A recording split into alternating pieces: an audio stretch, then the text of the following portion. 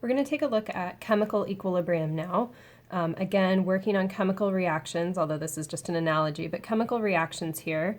And if we start with the definition of equilibrium, it's a chemical system where the rate of the forward reaction, so that's what we've been normally looking at, making products, equals the rate of the reverse reaction, and the net concentrations of everything does not change. So you'll notice that there's something new here, not just the forward arrows that we've been accustomed to seeing, but now a backwards arrow, meaning that I can have the reaction progress to the right or forward, and also to the left or backward. And these arrows are called equilibrium arrows, so they're indicating that we have that forward-backward kind of option.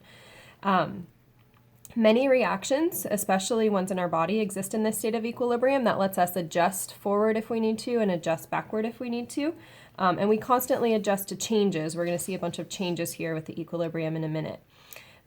So before we jump into the actual reaction here, let's think about an analogy just to understand how we already understand this shift. We're just going to apply it to chemical structures in a minute. So we need a balance between work, whatever form that takes, and rest, right? And some kind of good balance. The rest could be sleep, food, laughing, whatever.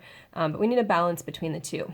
Now, let's just say that you work a lot, whether it's housework, job work, schoolwork, whatever. You work a lot. You need to get back to balanced. So if I'm heavy on the work, I need to shift and I need to rest. So maybe you work hard for 5 days, you rest well for a day or two at the end of that. So I would say that I would shift to the right and I would rest. Once you've rested, right, then you're like, hey, I'm ready to go do something with all that energy. So once I've rested well, I have a lot of rest, I'm going to shift and I'm ready to shift left, we could say, and go work. All right, and so then I get back to, it's very hard to ever find a perfect balance here. There's usually something that's forcing you to shift one way or shift the other. Here's another perspective on it. If I lose rest, okay, I don't sleep well or I haven't laughed in a while, so if I'm missing this, then I need to take a break from work and I need to go rest to replenish that. So if I lose out on rest, I also need to shift to the right and I need to rest a little bit to replace what I've been missing. Or you need to sleep in really late because you stayed up late the night before. So you shift to replace what you've lost. So we're going to take those concepts and we're going to put them in chemistry terms. This is called LeChatelier's principle. If a chemical system at equilibrium is disturbed or stressed, which is life, right? The system will react in the direction that counteracts the disturbance or relieves the stress. In other words, if I work a lot, I will shift so that I can rest to make up for that work there. If I rest a lot, I will shift and start working again. So let's take a look at this in a chemical context. First of all, we have those equilibrium arrows. Second, we can also see that I have this delta H that's negative, so that means that I have energy as a product of this reaction. And one other thing I want to notice here is that I have 2 moles plus 1 mole, so 3 moles of gas on this side, and on this side of the reaction I only have 2 moles of gas. That'll come into play in a little bit here.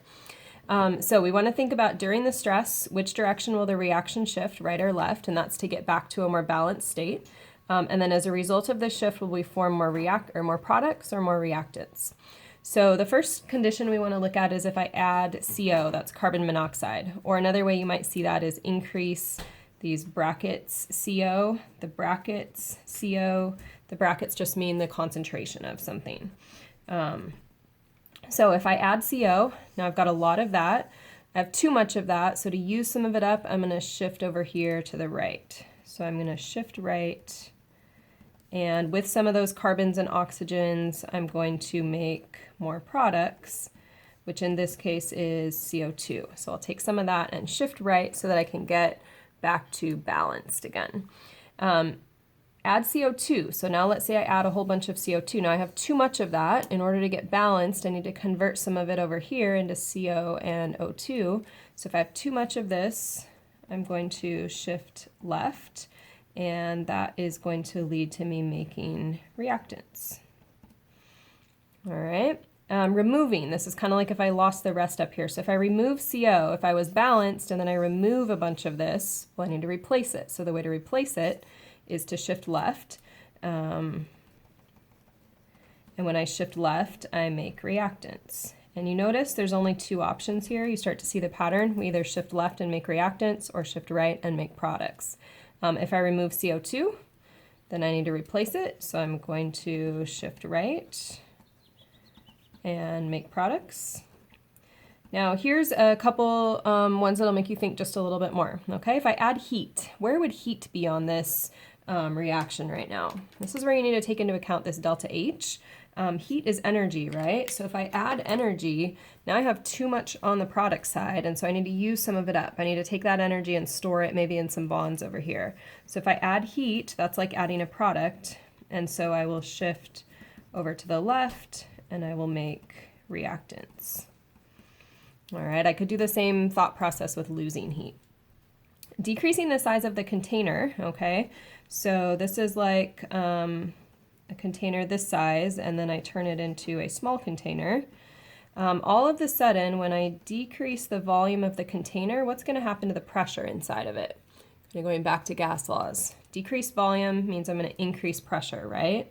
If I increase pressure, then I'm like, there's too much pressure here. So a way to relieve that pressure, so I need to decrease the pressure now to get back to that stable equilibrium. A way to decrease pressure is to decrease your moles of gas. Because if I've got all this pressure in here and I can magically take my 3 moles and turn them into 2 moles, now I have less pressure. So what I can do here is look at my reaction, 3 moles of gas on this side, 2 moles on this side, using those coefficients, right, is how I was able to count 2 plus 1 and then 2 on this side. So to decrease moles of gas, in this case, I'm going to shift to the right, and then I'll take my 3 moles of gas and turn it into 2 to decrease the pressure. So with our equilibrium, we're always looking to restore balance no matter what condition happens. We can shift to the left, we can shift to the right, and you've got a whole bunch of those you can practice on this next page.